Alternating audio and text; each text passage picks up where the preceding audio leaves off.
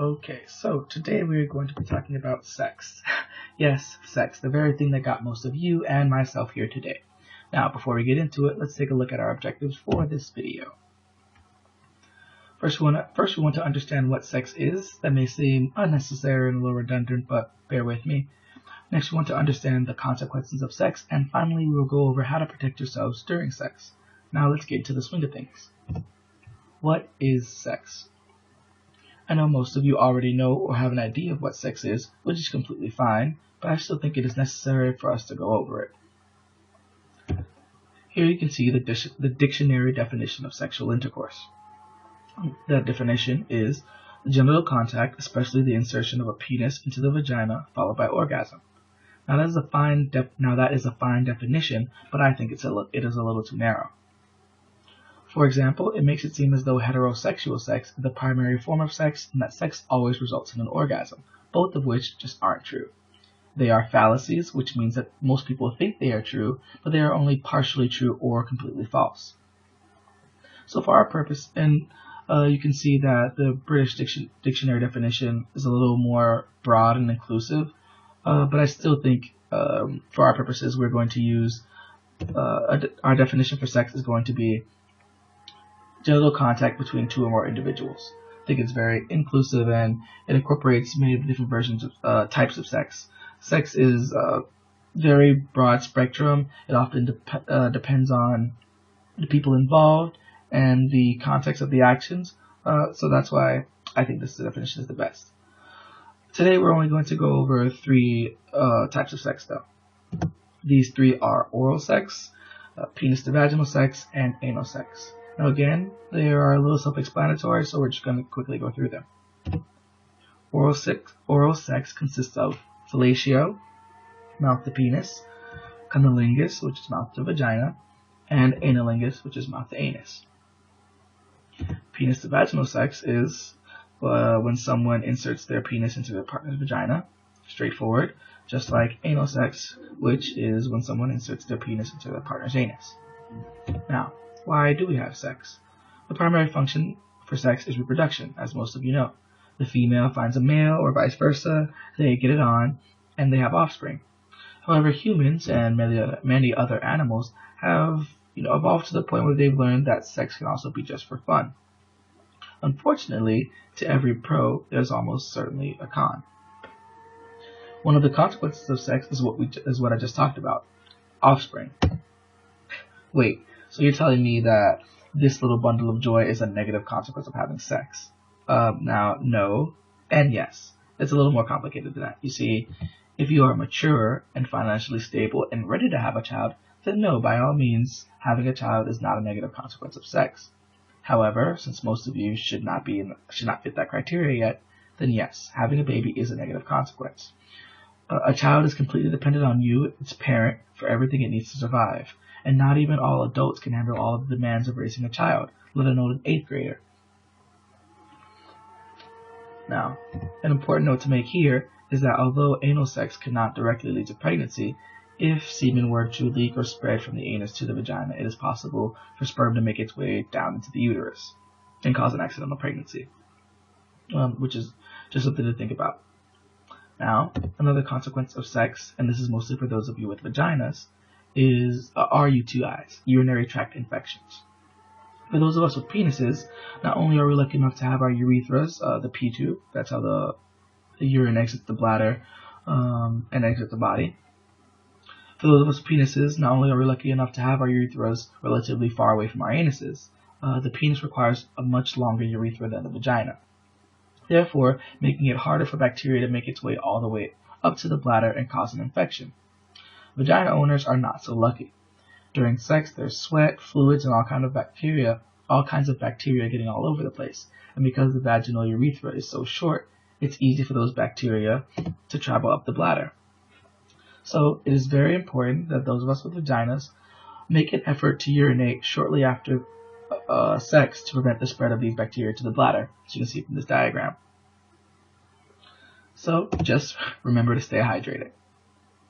Also, to avoid this transfer of bacteria, you should never switch from anal sex directly to vaginal sex. the last consequence of sex that we're going to talk about are STIs, sexually transmitted infections. Now, STIs range from parasites to fungal infections to bacterial infections and even viral infections. Many of you have probably heard of the common ones like gonorrhea, herpes, pubic lice, aka crabs, HPV, and HIV/AIDS. Now, some of these infections are curable, like gonorrhea and pubic lice, but others, once you have them, can only be treated to make them easier to deal with, like herpes and HIV.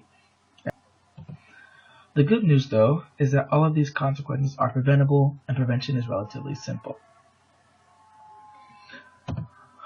For preventing pregnancy, there are a myriad of ways to go about it. First, there's the one that most adults will probably tell you to avoid, which is the withdrawal method or the pull-out method. This involves the person with the penis withdrawing or pulling out before they ejaculate so that no sperm enters their partner's vagina. The problem with this method is that pulling out is the only thing involved, which means there is no fail-safe or backup if the withdrawal is too late. Now, don't get me wrong. If practiced carefully, the withdrawal method could be a decent form of contraception. However, during sex, seminal fluids are consistently coming out of the penis, and while they don't always contain sperm, it could still lead to an unplanned pregnancy.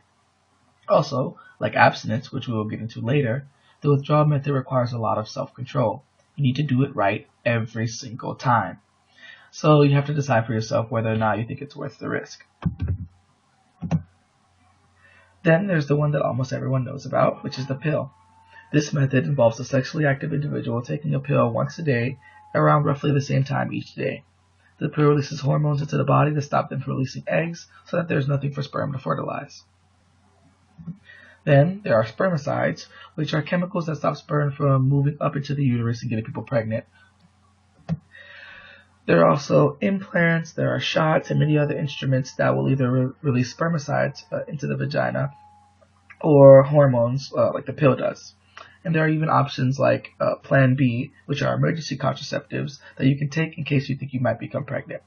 However, these emergency contraceptives lose effectiveness the longer you wait to take them. They're more for instance if, say, you're using one of the methods like you're using the withdrawal method or you're using spermicides and you think that for whatever reason you may have gotten pregnant even though you took extra care not to. You can go, and some of these are even over the counter, and you can go buy them and take them within a few days of the accident to reduce your chances of having an unwanted pregnancy. Now, all of the previously mentioned methods are for preventing pregnancy. However, they do nothing at all for stopping those troublesome STIs I talked about earlier. That is where the last two prevention methods we're going to talk about come in. Strongest or the best two ways to prevent accidental pregnancies and protect yourself from STIs are abstinence and condoms. So first we have abstinence. Abstinence is not having sex or even any sexual acts beyond kissing until you're either married to your partner or you have waited some predetermined amount of time that you've discussed together. Now, abstinence works 100% of the time because you are literally not having sex. So there's no way to get pregnant or get a sexually transmitted infection because both of those would require you to have sex. The problem with abstinence, or as to say the drawback, is that most people experience sexual arousal and desire, which makes not being sexual very difficult. Abstinence requires a ton of self-control and discipline to be an effective prevention method. And however, not everyone has that much self-control and not everyone wants to wait to have sex, which is totally fine. That's why our last prevention method is advised by medical professionals and adults everywhere. Good old-fashioned condoms. Condoms are the number one way to protect yourselves from STIs and accidental pregnancies after abstinence, of course. Condoms are 98% effective against protecting from accidental pregnancies and are the only other form of contraceptive that protects you from STIs. A fair amount of STIs are transferred through contact with bodily fluids, and condoms help keep each person's fluids to themselves. Some STIs, like pubic lice, are transferred through direct skin-to-skin contact, which means that even when using a condom, you still need to take caution with the people that you're having sex with. Now, most condoms are made out of latex, which is both extremely flexible and extremely strong and resistant to breaking. There are also condoms that are made latex-free for those people who do have latex allergies. Condoms are also really easy to use, and with a bit of practice, you'll become a pro at putting them on. There are even female condoms that go into the vagina rather than on a penis. I will include links in descriptions at the end of the video for you to go see everything that we've talked about, what they look like, and more detailed descriptions of how they work and where to get them. I'll also give you guys links to send you to places so you can look up more information on the STIs and the symptoms we were talking about. Now, as I said earlier, a lot of STIs are transferred through bodily fluids, which are, blood, semen, vaginal discharges. This means that if you want to be at maximum protection for STIs, you should use condoms not only for penis to vaginal sex, but also for oral sex and for anal sex. Now, I know it's very common for most people not to use condoms when performing oral sex, but it is extremely important to use condoms for anal sex every single time. While anal sex cannot lead to pregnancies, the membranes in the anus are thinner and are extremely susceptible to STI infection. Now, I know this is a lot of information to be thrown at you at once, but lucky for you, you have the luxury of being able to rewind and pause the video at any time if anything seems unclear or if you missed anything. So, I hope that now you have a solid understanding of sex and how to be responsible if you choose to do so.